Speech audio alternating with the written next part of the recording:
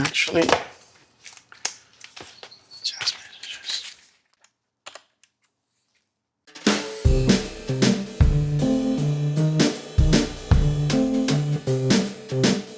I think owning the car doesn't make me happy. I think the moments that I experience with the car make me happy.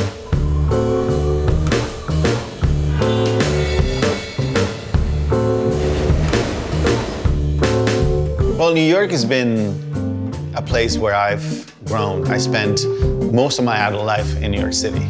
Growing up in Barcelona was a lot about going to school, music. No, it's too dry. Motorcycles, I started with just scooters because everyone rides motorcycles in Barcelona.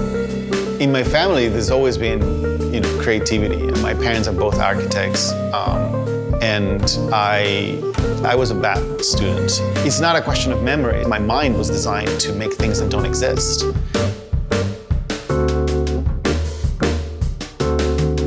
The day I started design school, my life changed. If you say you're a designer, you know that you're dedicating yourself to make everyone's lives better in one way or another. Everything around us is design. Everything that makes life interesting, it's made by a creative, right? Coming to New York was a defining moment for my career. Funny enough, my career has been pretty short in that sense, because after that, I started Behance. We were acquired by Adobe, and I decided to take a break, try to figure out what I wanted to do next. Man, these guys are gone nuts. And after that, my sister passed away.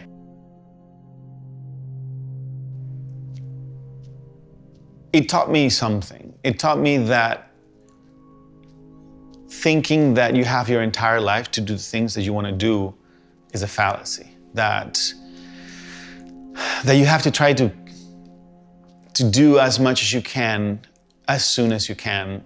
It was like an awakening for me. I called my friend Joel and we took off 8 months later onto our South America journey from Brooklyn to Patagonia. We left from Brooklyn on a 6-month adventure, US, Mexico, Central America, and South America. Immediately it became clear that that was a thing I wanted and needed to do to find some light. We are given a specific amount of time on this earth, and for me, we have to do the best of it. And it just changed the way I look at how I use my time. A year after, while I was writing the book and putting everything together, editing the images, the desire of going on another trip started to resurface. And that's when I started dreaming about Africa. At the same time, I knew that because I had had an accident on that first journey,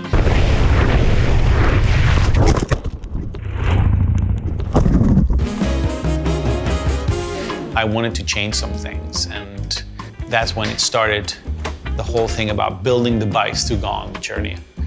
So that's how Myth Motor started, to actually be able to take those 2 motorcycles, going across Europe into the Balkans, Greece, and flying from Greece to Kenya and all the way to Cape Town.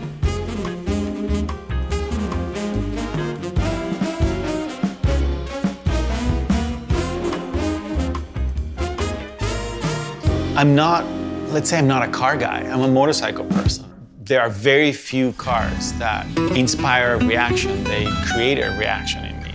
The 328 was always the boy's dream, the child's dream. Now, as an adult, I look at it and it's all about how beautiful the proportions and the design is.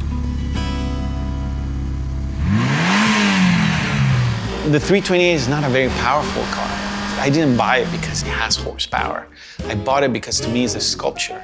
There's something sculptural about it. Proportions, the lines, the way things meet each other in the bodywork. It's hard to explain, it's sort of perfect. I don't think there's a line that I would change in that car. Every time I walk up to it, I just smile. Almost like we were waiting to meet each other, in the future. And just I love the sound, I love the smell, I love the simplicity of all of its systems. I love the mechanical aspect of driving.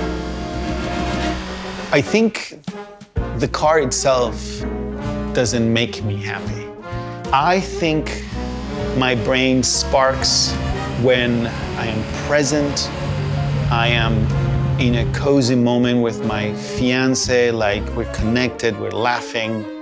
That is when I touch happiness. When I'm working on my bikes and I'm learning something, I'm doing something hard and I solve it and I feel a sense of fulfillment, I touch happiness again. I think when I'm riding my bike in Africa and for a second I look up and I look through my own skull and realize where I am, I touch happiness and I'm like, from that moment, I understand, you know, what life is about. Like those are the moments where I touch happiness and I feel like that's special. I think a lot about whether I'm gonna keep this car forever. The reason why I started building the bikes is because I love the process of it.